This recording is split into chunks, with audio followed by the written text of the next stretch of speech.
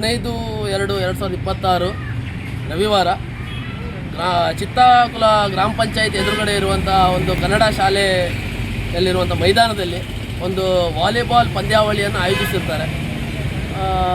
ಯಾರಪ್ಪ ಆಯೋಜಿಸಿದ್ದಾರೆ ಅಂದರೆ ಅಲ್ಲಿರುವಂಥ ಮಾಜಿ ಜಿಲ್ಲಾ ಪಂಚಾಯಿತಿಯ ಅಧ್ಯಕ್ಷರು ಮತ್ತು ಉಪಾಧ್ಯಕ್ಷರು ಸೇರಿ ಅಲ್ಲಿ ಒಂದು ಮುಂದಿನ ಚುನಾವಣೆ ಪ್ರಚಾರ ಲೆಕ್ಕದಲ್ಲಿ ಅಲ್ಲಿ ಒಂದು ಪಂದ್ಯಾವಳಿಯನ್ನು ಆಯೋಜಿಸಿರ್ತಾರೆ. ಆ ಪಂದ್ಯಾವಳಿ ಆಯೋಜಿಸಿ ಸುಮಾರಷ್ಟು ಜನ ಬಂದಿರ್ತಾರೆ ಅಲ್ಲಿ.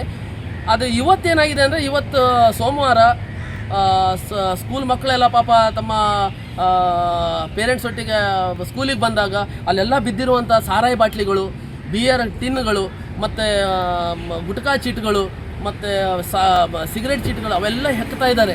ಅವ್ರು ಸಂಬಂಧಪಟ್ಟಂಥ ಈಗ ಅಲ್ಲಿ ಉಸ್ತುವಾರಿ ಯಾರಿದ್ದಾರೆ ಅಲ್ಲಿ ಅಧ್ಯಕ್ಷ SDMC ಅಧ್ಯಕ್ಷರು ಅವರಿಗೆಲ್ಲ ಕರೆಸಿ ಟೀಚರ್ಗಳೆಲ್ಲ ಡಿಸ್ಕಸ್ ಮಾಡಿದಾಗ ನಿನ್ನೆ ನಡೆದಿರುವಂಥ ಪಂದ್ಯಾವಳಿಯಿಂದ ಈ ಥರ ಆಗಿದೆ ಅಂತ ಗೊತ್ತಾಯಿತು. ಎಷ್ಟು ನೀಚಕಾರಿ ಕೆಲಸ ಕೆಲವೊಂದು ಅಂದರೆ ಅಲ್ಲಿ ಬಂದಿರುವಂಥ ಕೆಲ ವೀಕ್ಷಕರು ಅಥವಾ ಆಟಗಾರರು ಯಾರು ಅಂತ ಗೊತ್ತಾಗ್ತಾ ಇಲ್ಲ. ಆ ಸಣ್ಣ ಮಕ್ಕಳು ಕುಡಿಲಿಕ್ಕೆ ಇಟ್ಟಿರುವಂಥ ಟ್ಯಾಂಕ್ ಒಳಗಡೆ ಹುಚ್ಚು ಇದ್ದಾರೆ ಅಂತ ಹೇಳ್ಕೊಂಡು ಅಂದರೆ ಮೂತ್ರ ವಿಸರ್ಜನೆ ಮಾಡಿದ್ದಾರೆ. ಅಂದರೆ ಎಷ್ಟು ಕೆಟ್ಟ ಕೆಲಸ ನೋಡಿ. ಅವ್ರಿಗೆ ಮನಸ್ಸಾದ್ರೆ ಯಾವ ರೀತಿ ಬರ್ತದೆ. ಸರ್ಕಾರಿ ಶಾಲೆ ಅಂದಮೇಲೆ ಈ ಥರ ಮಾಡ್ತಾ ಇದ್ದಾರೆ ಇವರು ಅಂತ ಹೇಳ್ಕೊಂಡು. ಖಾಸಗಿ ಶಾಲೆಯಲ್ಲಿ ಆದರೆ ಇವರಿಗೇನೋ ಅವಕಾಶ ಮಾಡಿಕೊಡ್ತಿದ್ರ ಅಲ್ಲಿ ಟೀಚರ್ ಬಿಜರ್ ಅಂತ ಹೇಳ್ತಾರೆ.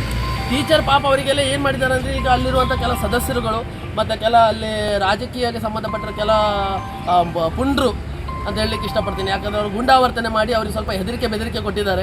ಆ ಸಣ್ಣ ಸಣ್ಣ ಮಕ್ಕಳಿಗೆ ಕೂಡ ಹೆದರಿಸ್ತಾ ಇದ್ದಾರೆ ಅಂತ ಹೇಳ್ಕೊಂಡು ಈಗ ನಾವು ಅಲ್ಲಿ ಹೋಗಿದ್ದೇವೆ. ಕರ್ನಾಟಕ ರಕ್ಷಣಾ ವೇದಿಕೆಯಿಂದ ಭಾಳಷ್ಟು ಪದಾಧಿಕಾರಿಗಳು ಹೋಗಿ ಅವರಿಗೆ ಸ್ವಲ್ಪ ಬೆಂಬಲ ಸೂಚಿಸಿದರು. ಆದ ಕಾರಣ ಸ್ವಲ್ಪ ಅಲ್ಲಿ ಬಂದು ವಾತಾವರಣ ಇದಾಗಿದೆ, ತಣ್ಣಗಾಗಿದೆ. ಆದರೆ ಈ ಥರ ನಡೆದರೆ ನಾವು ಮುಂದಿನ ದಿನಗಳಲ್ಲಿ ಒಂದು ದೊಡ್ಡ ಉಗ್ರ ಹೋರಾಟವನ್ನು ಹಮ್ಮಿಕೊಳ್ಬೇಕಾಗುತ್ತೆ ಅಂತ ಹೇಳ್ಕೊಂಡು ಎಚ್ಚರಿಕೆಯನ್ನು ನೀಡ್ತಾ ಇದ್ದೇವೆ.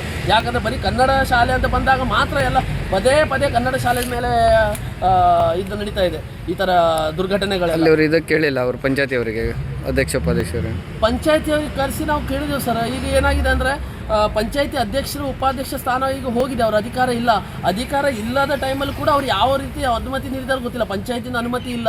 ಸಂಬಂಧಪಟ್ಟ ಈಗ ನೋಡಿ ಆ ಶಾಲೆ ಎದುರುಗಡೆ ಇರುವಂಥ ಗ್ರೌಂಡ್, ಶಾಲೆಗೆ ಸಂಬಂಧಪಟ್ಟಂಥ ಗ್ರೌಂಡು, ಆ ಗ್ರೌಂಡಲ್ಲಿ ಏನಾದರೂ ಕಾರ್ಯಕ್ರಮ ಮಾಡಬೇಕು ಅಥವಾ ಪಂದ್ಯಾವಳಿ ಇಡಬೇಕಂದ್ರೆ ಅಲ್ಲಿರುವ ಶಾಲಾ ಟೀಚರ್ಗಳು ಅಥವಾ ಯಾರು SDMC ಅಧ್ಯಕ್ಷರು ಇರ್ತಾರೆ, ಅವರ ಒಂದು ಅನುಮತಿ ಬೇಕಂತಿರ್ತದೆ. ಅವರ ಅನುಮತಿ ಕೂಡ ಇಲ್ಲ. ಅವ್ರ ಮೇಲೆ ಕೂಡ ದಬ್ಬಾಳಿಕೆ ಮಾಡಿ ಅವರಿಗೆ ಏಕಾಏಕಿ ಅವ್ರಿಗೆ ಮಾತಾಡಿಕೊಂಡು ಅವರು ಗೂಂಡಾರಿಗಿರಿ ವರ್ತನೆಯಲ್ಲಿ ಅವರ ಆ ಒಂದು ಪಂದ್ಯಾವಳಿಯನ್ನು ಆಯೋಜಿಸಿದ್ದಾರೆ. ದಯವಿಟ್ಟು ಇದ್ರ ಬಗ್ಗೆ ಸಂಬಂಧಪಟ್ಟ ಇಲಾಖೆಯವರು ಮತ್ತು ಅಧಿಕಾರಿಗಳು ಇದ್ರ ಬಗ್ಗೆ ಒಂದು ಗಮನ ಹರಿಸಬೇಕು. ಇವರಿಗೆ ಸೂಕ್ತ ಕಾನೂನು ಕ್ರಮವನ್ನು ಕೈಗೊಳ್ಳಬೇಕಂತ